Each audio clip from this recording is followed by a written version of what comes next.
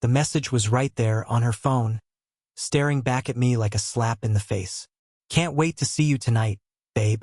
We have all night to have some fun. My heart stopped.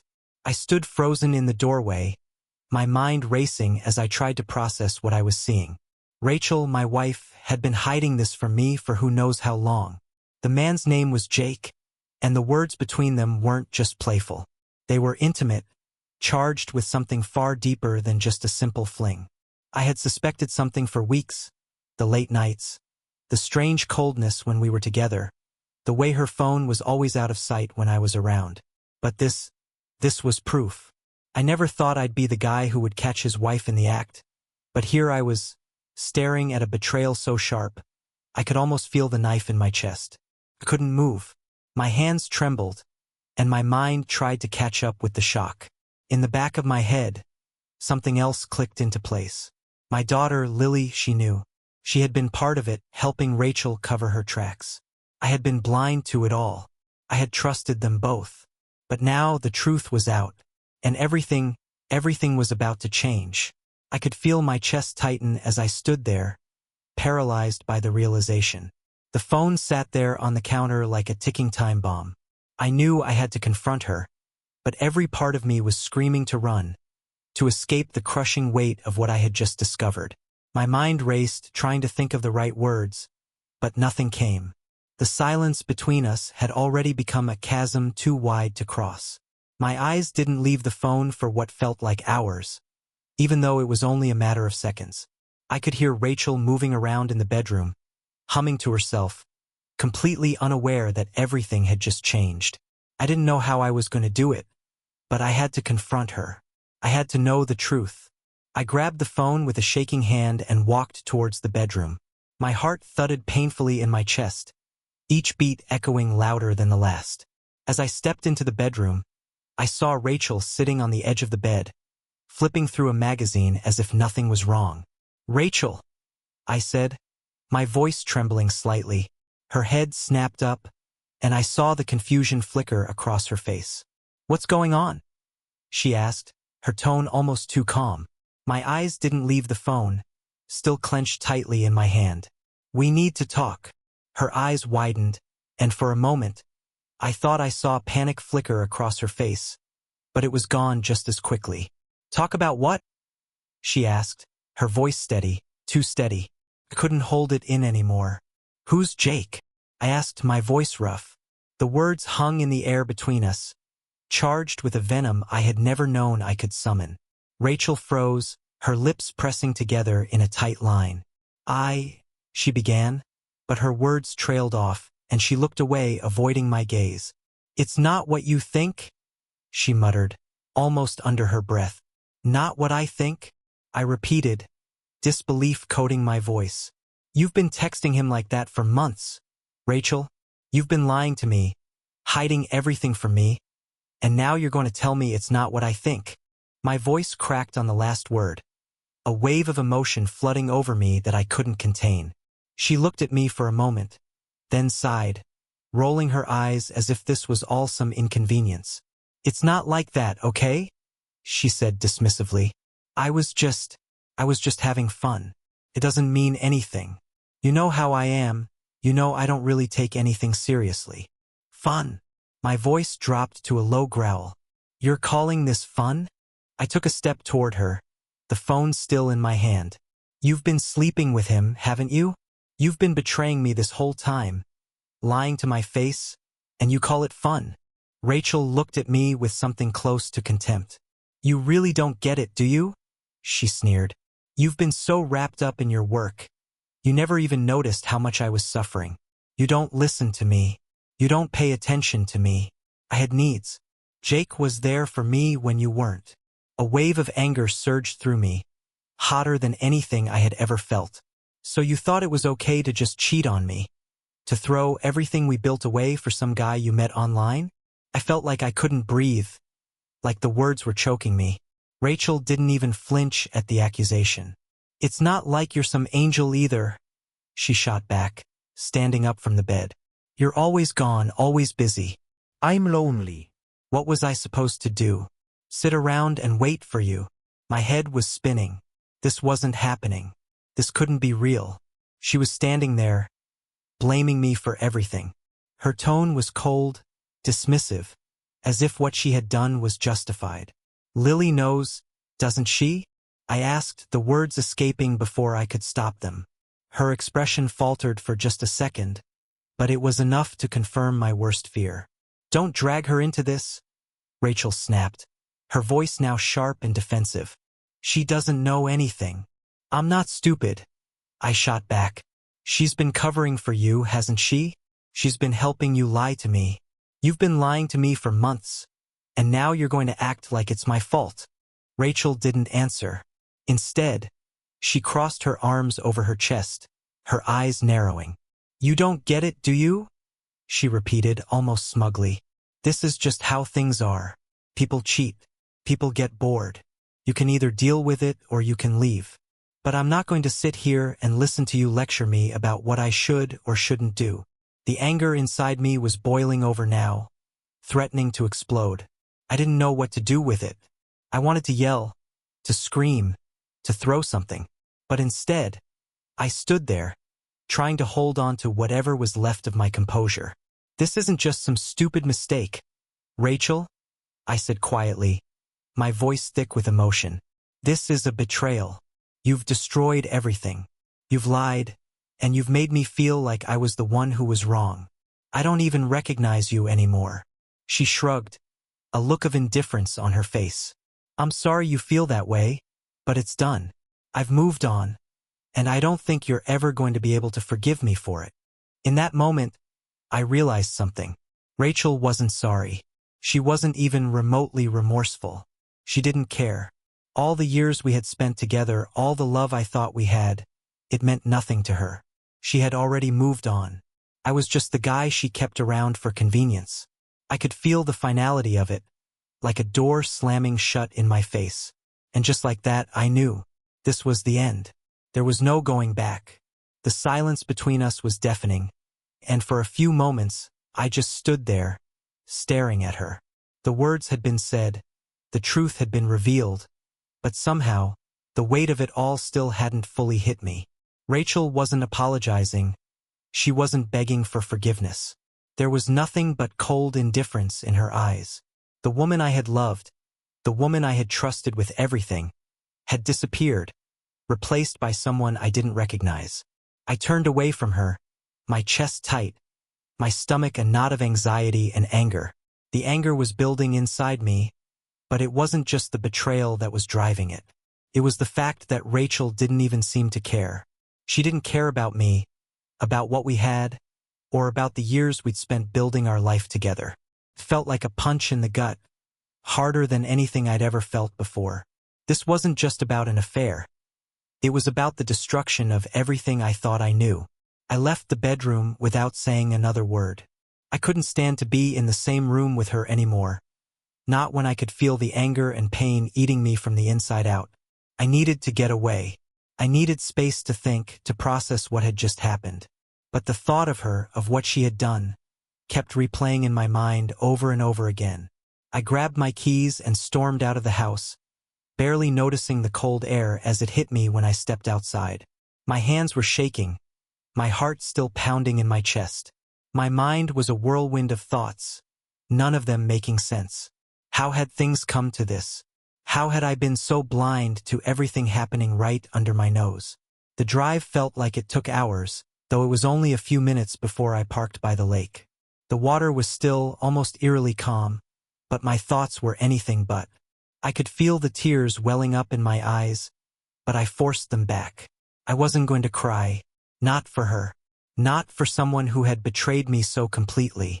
I sat there for what felt like an eternity, my hands gripping the steering wheel as I tried to gather my thoughts.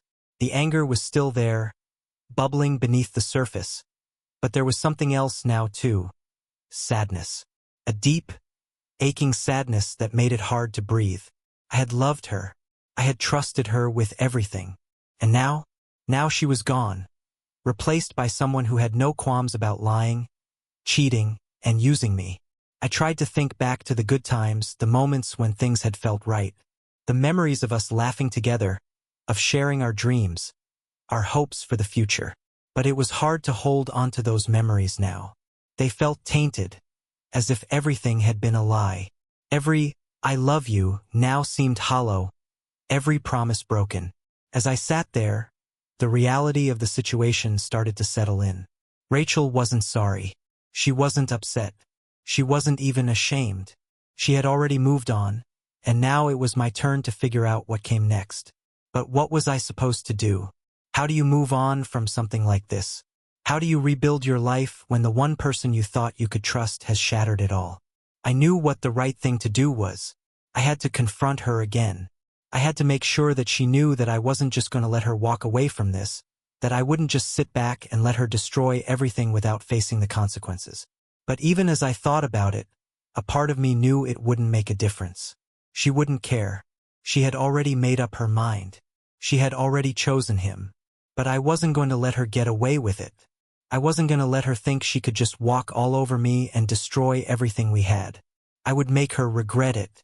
I would make sure she understood the full weight of what she had done.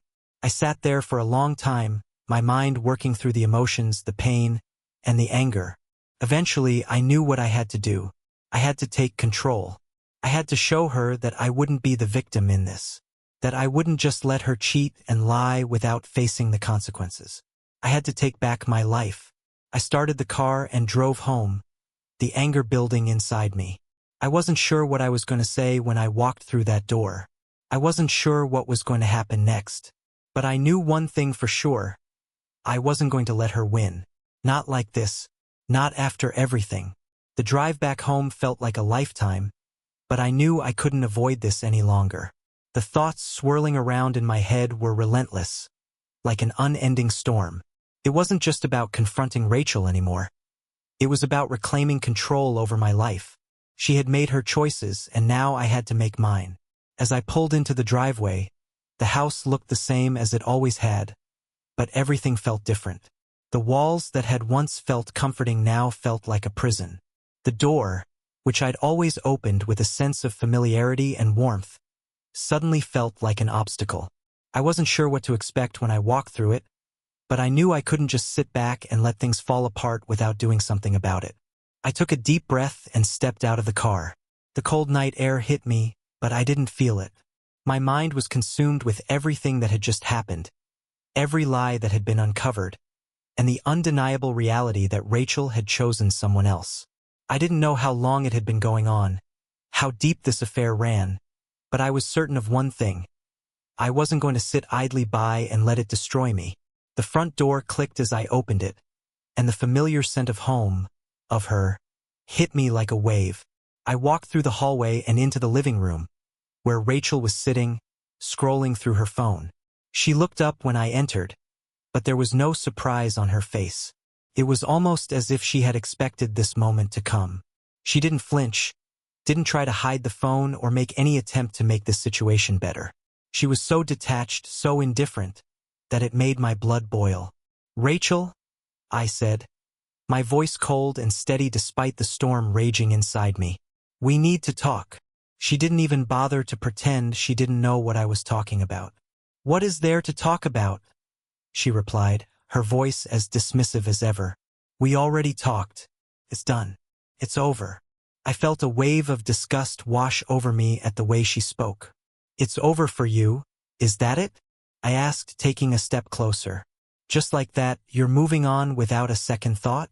No regrets, no apologies. Rachel looked at me, the same coldness in her eyes. "I'm not apologizing for anything," she said, her tone hard. "You were always so distant, so wrapped up in your own world. I couldn't keep living like that. I needed more." "More," I echoed, feeling the anger rise again. "More than what? A family? A life? You think running around with some guy, lying and sneaking behind my back, is going to give you what you want? You think Jake is going to fix whatever you think is broken inside you?" She didn't respond right away, and for a moment I thought maybe she would finally show some hint of regret, of remorse. But there was nothing, not a flicker of emotion. "Jake doesn't need to fix anything," she said, shrugging. "He just makes me feel alive. He gives me attention. Something you never seem to care about. Every word she said only fueled the rage I was holding back. It wasn't just the affair. It was the audacity. The way she spoke to me as if everything I had done for her, for us, meant nothing. I had spent years working hard to build a life for us, to provide, to protect. And she had thrown it all away for some excitement, some thrill. I wanted to shout at her, to scream, to make her see what she had done. But I had to keep it together. I had to think clearly, because this wasn't just about my pain anymore. It was about what I was going to do next. "I want a divorce," I said finally, my voice firm and decisive. The words tasted bitter on my tongue, but they felt right. It wasn't about revenge. It wasn't about trying to make her feel as hurt as I did. It was about taking back control. It was about moving forward, even if I had to do it without her. Her eyes widened for just a second, but then the cold mask returned.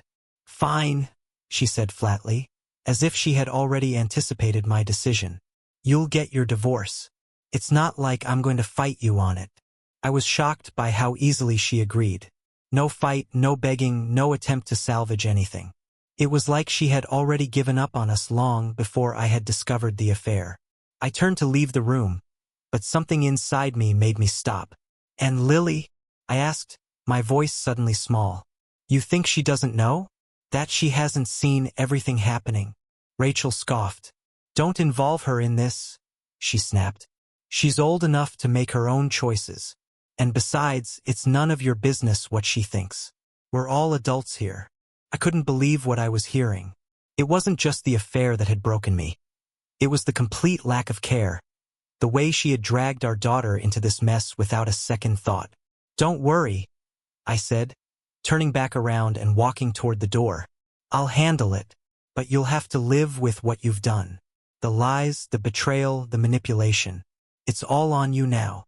As I walked out of the room, I felt a sense of clarity wash over me.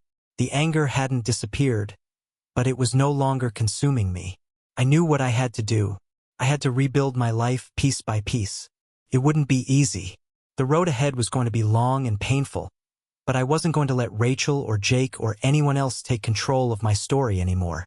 The silence in the house was suffocating. Rachel hadn't said another word to me since our conversation. It was as if we were two strangers, sharing the same space but completely disconnected. There was no sense of warmth, no sense of home. Every corner of this place now felt foreign, as if it was no longer mine. I spent the next few days in a fog. My mind was still racing with questions, but every time I tried to look for answers, they only led to more pain. How had it come to this? How had Rachel become this person? I had always thought I knew her, thought I understood her. But now, I realized I had been living a lie, and the betrayal cut deeper than anything I had ever felt. The first few nights after our confrontation were the hardest. I found myself lying awake in bed, staring at the ceiling, replaying the events over and over again. The words we exchanged, the coldness in her voice, the finality of it all. It was like a nightmare that I couldn't wake up from. The realization that I had been living a lie for so long was almost too much to bear. But amidst the pain, there was a small spark of something else. A sense of relief, of freedom, even if it felt strange and unfamiliar. I had finally made the decision to let go, to stop letting Rachel's actions control my life. And as difficult as it was, I knew it was the right choice. I spent the next few days processing everything, trying to make sense of it all. I knew I had to talk to Lily. She deserved the truth. But the thought of confronting her was terrifying. I didn't know how to explain everything to her, how to make her understand that everything she had known had just been torn apart. The morning I finally decided to talk to her, I found myself pacing the living room, my nerves eating at me. I had never felt so unsure of myself, so afraid of what would come next. I had always been the one to protect her, to make sure she felt safe. But now I was the one who felt lost. When Lily finally came downstairs, she looked at me with her usual warmth, but I could see the concern in her eyes. She had probably sensed the tension in the house, but she hadn't said anything. She was still too young to fully understand the complexity of what was happening. But I knew she deserved to know. She deserved the truth, even if it broke my heart to tell her. Dad, what's going on? She asked, sitting down beside me. Her voice was soft, but I could hear the worry beneath it. I took a deep breath and sat down next to her, trying to steady my nerves. This was the hardest conversation I had ever had to have. I had to be honest with her, but I had to protect her too. She was already hurting, already feeling the strain in the air, and I couldn't make it worse. Lily, I began, my voice steady but laced with emotion. There's something I need to tell you, something important, and I want you to know that I'm not blaming you for any of this. None of this is your fault. She looked at me with confusion, not fully understanding what I meant, but I could see the concern growing in her eyes. I reached for her hand, holding it gently in mine. Your mom and we're going through something right now, I continued. And I know you've probably felt the tension between us. But I need you to understand that your mom and I are going to be okay. We're just not going to be together anymore. I saw her face fall, her eyes welling up with tears. What do you mean? Why? I took another deep breath, trying to find the words. Your mom. She's been seeing someone else. She's been hiding it from me for a while, and it's caused a lot of hurt. I know this is hard to understand, but we're not going to stay together anymore. Lily's tears spilled over as she shook her head in disbelief. No, that can't be true. Mom wouldn't do that. I squeezed her hand gently. I know it's hard. I didn't want to believe it either. But the truth is, this has been happening for a while, and it's not something we can fix. We're both going to be okay, though. I'm not going anywhere. I'll always be here for you. The tears flowed freely now as she curled into me, her small frame shaking with emotion. It broke my heart to see her like this, to know that my mistakes had hurt her. But I had to be strong for her. I couldn't crumble, no matter how much it hurt. She needed me to be the one who held it together. I'm so sorry, Lily, I whispered, pressing a kiss to her head. I'm sorry you have to go through this, but you're not alone. I'm here, and I'm always going to be here. She didn't say anything after that, just cried softly against me. I could feel the weight of the situation bearing down on us both, but I knew this was the right thing. She needed the truth, no matter how hard it was to hear. The rest of the day was a blur. Rachel didn't say anything to me after our conversation, but I could feel the tension between us thickening. She was cold and distant, and I had no idea what she was thinking. But at that moment, I didn't care. My priority was Lily, and making sure she felt safe in the middle of all this chaos. As the evening settled in, I felt a strange sense of peace. The road ahead was still uncertain. I didn't know what the future held, but I knew I was taking the right steps. I was going to protect my daughter, rebuild my life, and move forward. Rachel had made her choice, and now it was time for me to make mine.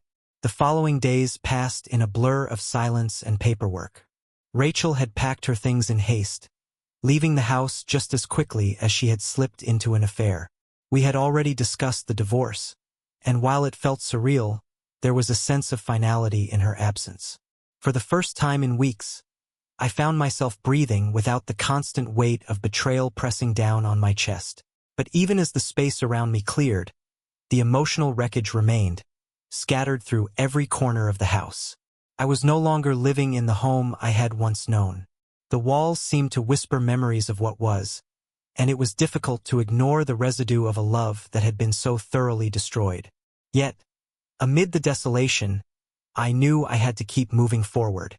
The house was quiet now, and there was no longer any pretense in our interactions. Rachel had made her choice, and I had made mine.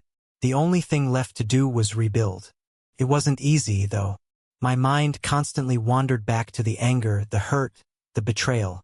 It had been so much more than just a marriage falling apart. It had been my life, the life I had worked so hard to build, coming undone piece by piece. I had spent years loving someone, and now I was left with the shattering realization that all that love had been met with deceit. But I couldn't linger in this place forever. I had to focus on what was in front of me. Lily. She was my priority now. She needed me, and I couldn't afford to waste any more time wallowing in pain. We spent most of our days together, just the two of us trying to adjust to the new reality. I made sure she knew that no matter what, I was there for her. I would always be there for her. I had to prove to her that, even though her world had been turned upside down, she wasn't going to lose me. Not like this.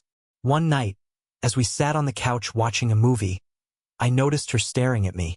Her eyes filled with questions she hadn't asked yet. She had been quiet for the past few days, maybe trying to process everything that had happened.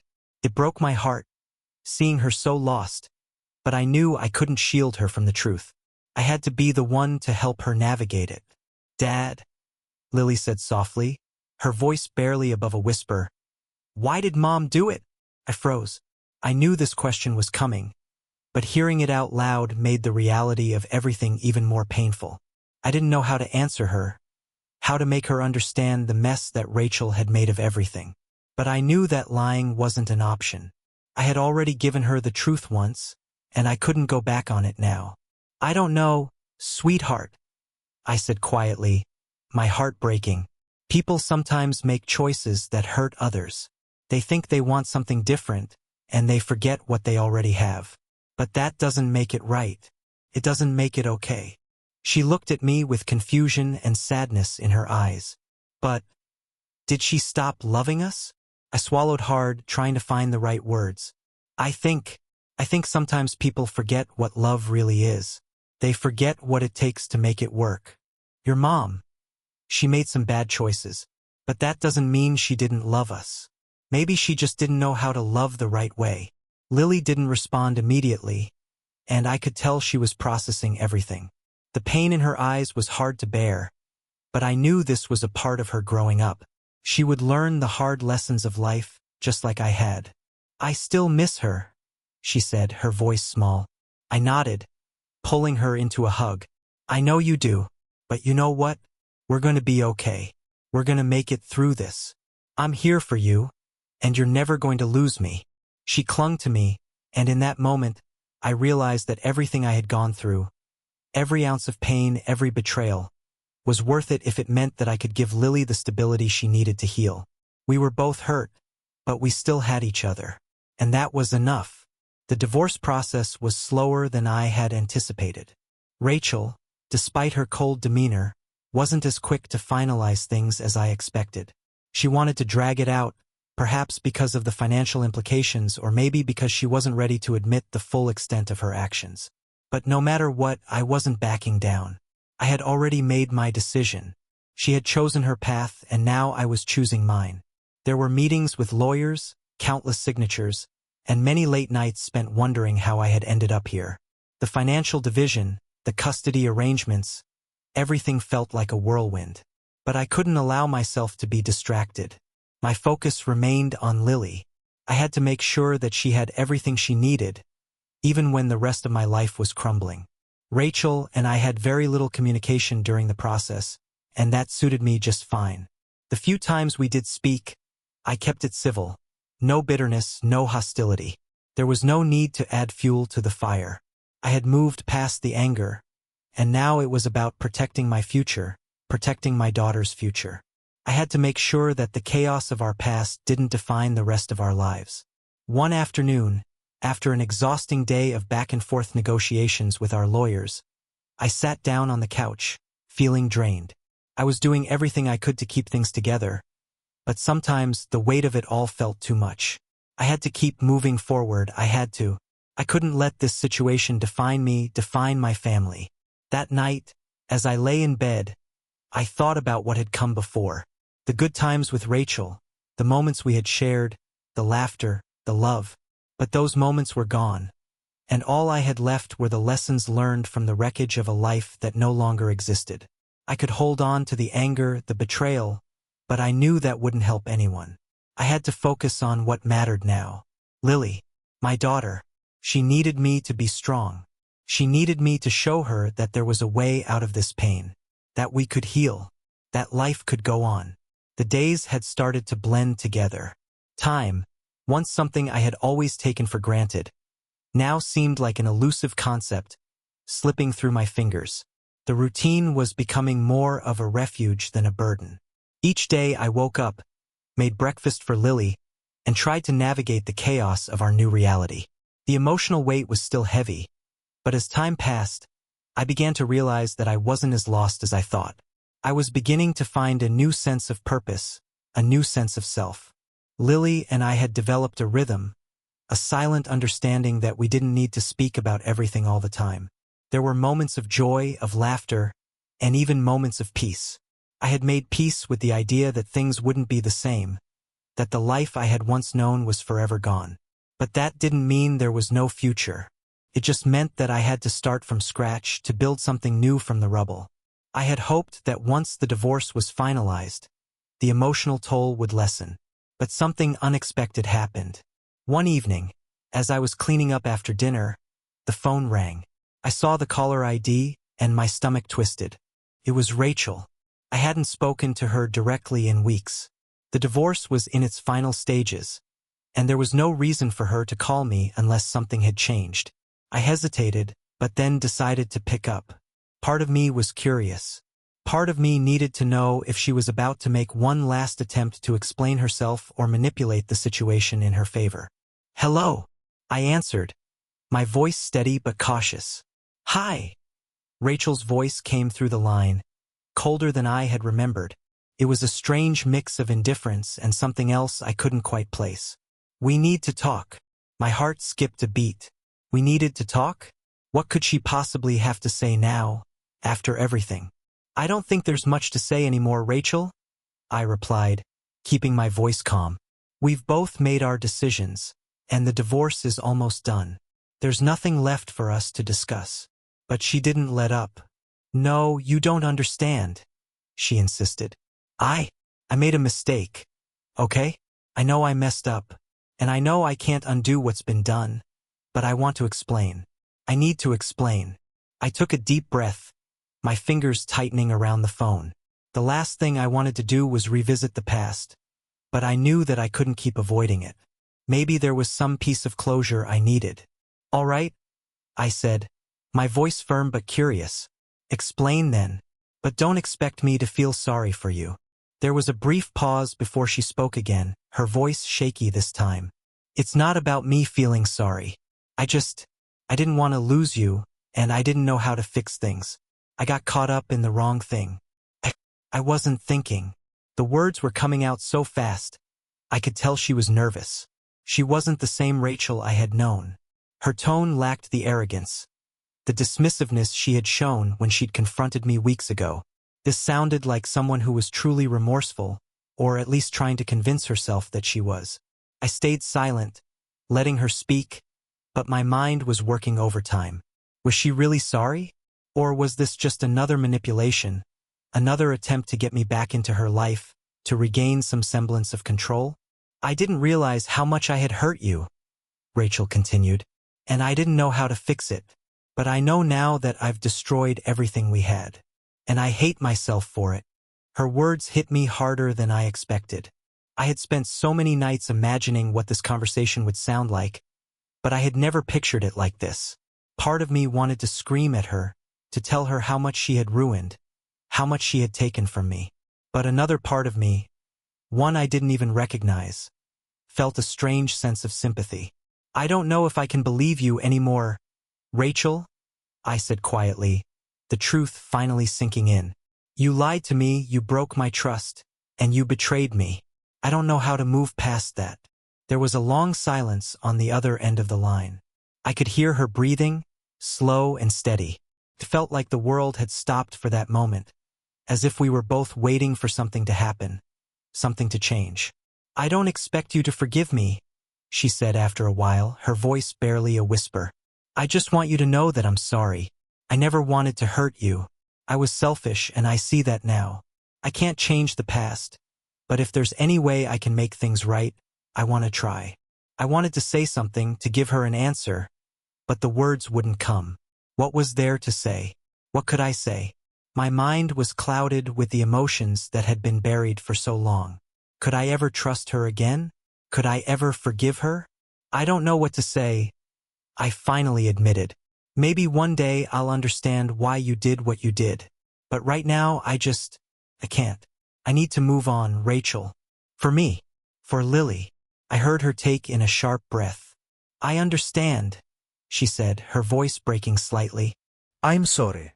I'm really, truly sorry. There was nothing left to say after that. I hung up the phone, the weight of the conversation settling over me like a heavy fog. Part of me had hoped for some kind of resolution, some moment where everything made sense. But the truth was, there was no closure. There was no magic moment where everything was forgiven. I wasn't sure what Rachel wanted from me. I wasn't even sure what I wanted from her. But as I sat there in the silence of the house, I realized something important. I had made it through. I had survived the worst of it, and while the pain would never fully go away, I was stronger now. I had rebuilt myself piece by piece, and for the first time in a long time I was starting to feel like I could breathe again. It wasn't the end, but it was a new beginning. The conversation with Rachel lingered in my mind for days. It was like opening an old wound, one I thought had healed, only to discover that it was still raw, still painful. Her words echoed in my head, her apology, her attempts at justification. But the truth was, nothing she said could undo what had been done. I wasn't angry anymore, at least not in the same way I had been. The anger had evolved, turned into something colder, something that pushed me to keep moving forward. But I wasn't going to let her actions define me any longer. I had done the hard work of grieving, of facing the truth, and now it was time to rebuild on my terms. As the weeks passed, I began to focus more on the future. I spent my time working, spending time with Lily, and slowly, making small changes to our routine. The house felt quieter, emptier without Rachel's presence. But it was a quiet I was starting to appreciate. For the first time in years, I had space. Space to think, to breathe, and to remember who I was outside of the relationship. One of the first things I did was focus on myself. It wasn't something I had done much of in the past. I had been so consumed with my marriage, with trying to be the perfect husband and father, that I had neglected my own needs, my own happiness.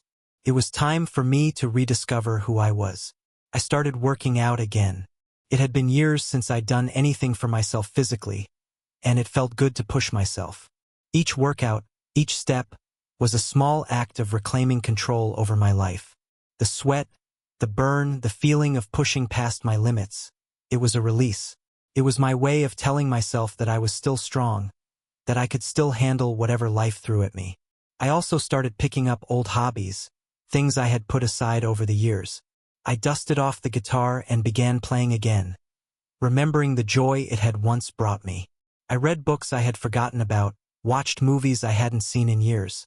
These small acts of self-care were helping me find the pieces of myself I had lost. But it wasn't just about physical activities or hobbies. I started addressing the emotional side of things, too. I began seeing a therapist. I knew it was important to talk to someone who could help me process all the emotions I had been holding inside. The guilt, the shame, the sense of failure, these feelings needed to be addressed. The therapist helped me untangle the mess of emotions, and in doing so, I started to heal in ways I hadn't anticipated. I began to understand that the affair wasn't my fault, that Rachel's actions were a reflection of her own choices, not a reflection of my worth. Lily and I had settled into a new rhythm, one that felt healthier, more honest. We had our ups and downs, of course. She missed her mother, and I couldn't blame her. She was dealing with the loss in her own way, but I was there for her, supporting her every step of the way. We spent weekends together playing games, taking walks, and simply being there for one another. The bond between us had always been strong, but it was even stronger now, forged in the fire of shared pain and mutual support. I could see the resilience in her eyes, the strength she was developing, and it filled me with a sense of pride. One afternoon, a few months after the divorce was final, I decided it was time to take another step forward. I wanted to start dating again. Not because I was looking to replace Rachel or because I thought it would fix me, but because I knew I couldn't live in isolation forever. I wasn't ready for anything serious, but I wanted to meet new people, to see what the world had to offer outside of the pain I had lived with for so long. I downloaded a dating app, something I never thought I'd do. It felt strange at first, the idea of opening myself up to someone new, but it also felt liberating. I wasn't doing this to fill a void or to escape my past. I was doing it to explore the possibilities, to remind myself that life was still full of opportunities. I went on a few dates, nothing serious, just casual conversations with women who were also trying to find their way in the world after their own challenges. Some dates were good, some were awkward, but each one taught me something new about myself. I was learning to trust again, learning to enjoy life without constantly looking over my shoulder, waiting for the next betrayal to happen. Rachel still lingered in my mind from time to time. She wasn't a constant presence, but the memories of our time together, the good and the bad, occasionally resurfaced. When that happened, I reminded myself of how far I had come. I had survived the worst and I was still standing. I had a daughter who depended on me, and I had my own life to live. Rachel's choices had shaped the last few years of my life, but they didn't define me. I was no longer the man who had been blindsided by her betrayal. I was someone different, someone stronger. One night, after a particularly difficult day, I sat down with Lily on the couch. She had grown so much in the past few months. She was more confident, more independent, and I could see her starting to embrace her new reality as well. It wasn't easy for either of us, but we were making it work. "I'm proud of you, Lily," I said quietly, watching her as she flipped through a book. She looked up at me, her face softening in surprise. "Why?" "Because you've been through so much, and you've handled it better than I ever thought you would. You're strong, and I just want you to know how proud I am of you." She smiled, a small but genuine smile that warmed my heart. "Thanks, Dad. I'm proud of you too. You're doing good." I could feel my chest tighten, the emotional weight of her words hitting me. We didn't need to say much more. We didn't need to fill the silence with words, because we both knew that we were okay. We were going to be okay. The road ahead was still uncertain, but I had stopped fearing it. I had learned that sometimes life's hardest moments were the ones that taught us the most about who we really were. And as I looked at Lily, I realized that I wasn't just rebuilding my life. I was building a future for us. A future filled with hope, with resilience, and with the promise of a better tomorrow. The months that followed were a blur of change, each one bringing new challenges and growth. The feeling of finally taking back control of my life was liberating. I had shed so much of the baggage that had weighed me down in the past. But even with the emotional weight lightened, the road ahead still felt daunting. Yet with each passing day, I realized something profound. The best way to move forward wasn't by running from the past, but by confronting it head-on and building something solid from the ground up. It was an ordinary Saturday morning when I first realized how much things had changed. I woke up early, like I always did, to the soft sounds of Lily moving around in the kitchen. The house felt peaceful, almost quiet in a way that I'd never experienced before. It wasn't an uncomfortable silence, but a calmness that allowed me to reflect on where I was and where I had come from. Lily had come a long way in adjusting to our new life. She was still the same caring, inquisitive child I'd always known, but I could see the subtle maturity growing in her. She had begun to understand the importance of emotional resilience, and the strength she displayed every day left me in awe. I wasn't the only one who had been healing. She had been finding her way too. I found her in the kitchen, making pancakes with an enthusiasm I hadn't seen in a while. It was something simple, but it was a sign of how we were both starting to embrace our new reality. We had settled into our new routine, and it felt normal, in the best possible way. "I'm making extra today," Lily said, grinning up at me as I walked into the kitchen. "I thought we could invite Ben over. Maybe make it a weekend tradition?" I smiled, watching her, proud of how much she had come into her own. Ben was a friend of hers from school. A good kid who had been a reliable presence in her life, especially after everything with Rachel. He'd been supportive when she had needed him most, and I appreciated that more than I could express. "That sounds great, kiddo. Extra pancakes it is." The simple routine of sharing a meal together, of enjoying a quiet morning with laughter and conversation, was something I had missed. Life had been so chaotic in the aftermath of everything. There had been too many unanswered questions, too much pain to manage. But now, in this moment, I felt a sense of stability I hadn't thought possible. There was peace in the house now, peace that I had fought for and earned. As Lily and I sat at the table, talking about school, friends, and her plans for the future, I couldn't help but reflect on how far we had come. I had learned that healing didn't happen overnight, and it didn't happen in a straight line. There were good days and there were bad days, but each day was a step forward. And even on the bad days, I had learned that it was okay to acknowledge the pain. It didn't mean I was weak. It meant I was human. Later that afternoon, after Ben had gone home, I sat down on the porch with a cold drink in hand, enjoying the quiet of the evening. I hadn't realized how much I had missed simply having time to myself, without distractions or demands. There had been so much noise in my life before. So many people, so many emotions, so many expectations. But now I had found peace in solitude. I had learned that being alone didn't mean being lonely. It meant being free. It was in these moments of quiet reflection that I understood something profound. The pain of Rachel's betrayal had changed me, but it didn't define me. It was a chapter in my life, not the whole story. I had spent so much time focusing on the scars it left that I had forgotten to appreciate the strength it had built within me. I wasn't the same person I had been when I married Rachel. I wasn't the same person who had spent years trying to fix what was broken. I had learned to let go of things that no longer served me, and I had learned to embrace who I was becoming. In those still moments, I found clarity. I was ready for whatever came next, even if it was uncertain. Life had a way of surprising us, of presenting opportunities when we least expected them. I knew I wasn't going to let fear dictate my choices anymore. I had already faced the worst, and I had come out stronger. There was nothing left for me to fear. A few weeks later, I had the chance to meet someone new. Her name was Sarah. We had met through mutual friends, and initially it was nothing more than casual conversation. But as the weeks went by, we started to connect more. She was kind, grounded, and easy to talk to. She had her own story of pain and growth. And as we shared our experiences, I realized that I wasn't looking for someone to fix me. I wasn't looking for someone to heal my wounds. I was looking for someone who understood that life was messy, that healing took time, and that true strength came from embracing imperfections. Sarah didn't rush me.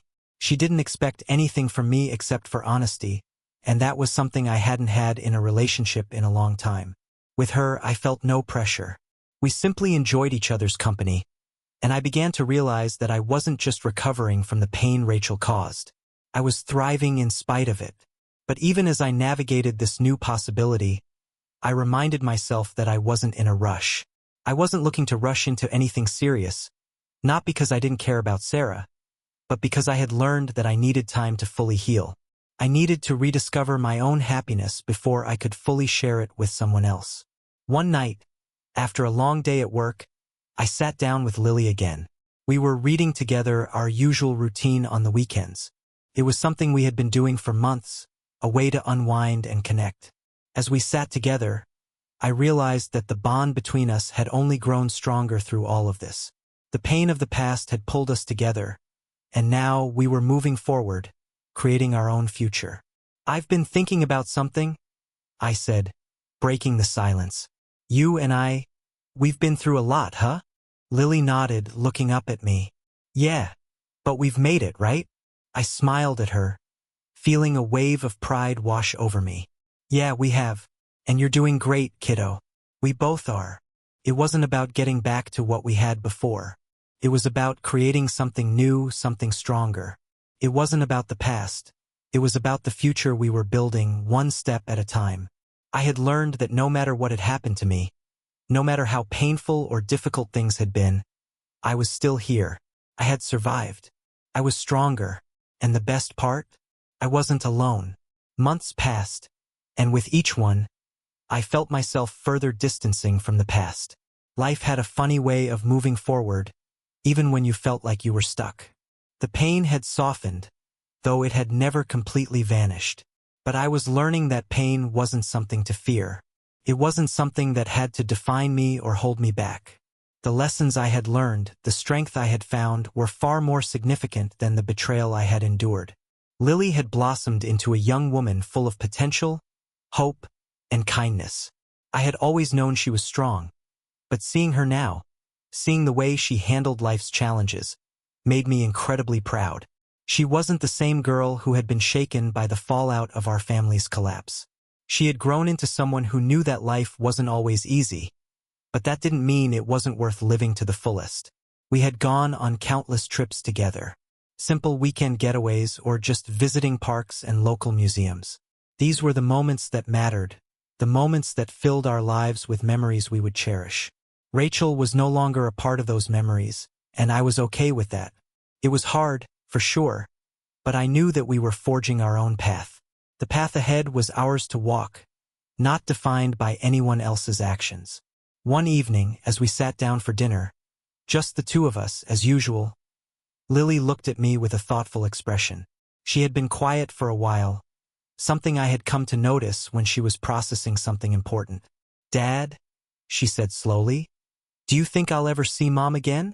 The question took me by surprise, though I had expected it sooner or later. I looked at her, my heart aching for the girl who had already been through so much. She wasn't asking for an answer as much as she was asking for reassurance. I knew the question was more about her own peace of mind than about my opinion of Rachel. "I don't know, sweetheart," I said softly. "I can't promise you anything, but I can promise you this. No matter what, I'm here for you. Always." She nodded, a small but knowing smile tugging at the corners of her mouth. She had come to accept the uncertainty of the situation in her own way. She had learned that we couldn't control everything, but we could control how we responded to it. And in that moment, I realized that Lily had already forgiven what needed to be forgiven.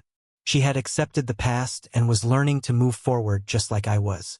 Life, in all its uncertainty, had taught me a profound lesson. I couldn't change the past, and no matter how much I wished it, I couldn't undo Rachel's betrayal. But I had learned that what mattered most wasn't what happened to me. It was what I did with it, how I rose from it, how I moved forward and made the decision to live my life with purpose, with gratitude, and with love. My relationship with Sarah had continued to grow, but I had taken things slowly, giving myself the time I needed. I wasn't ready to rush into another commitment, not because I didn't care for her, but because I had learned to appreciate the value of patience, of self-reflection. We had gone on a few more dates, shared experiences, and I was beginning to see the potential for something real, something lasting. But I wasn't putting pressure on it. I was savoring the experience, enjoying the connection we were building. A year after the divorce, I stood at the edge of a new chapter in my life. The grief of the past had not been erased, but it had been integrated into who I was now. I wasn't the man I had been. I wasn't defined by the failures, the betrayals, or the heartbreak. I had found strength in my vulnerability, courage in the face of uncertainty, and love in the form of the family I had created with Lily. Together, we had built something unbreakable. We had created a life that was worth living.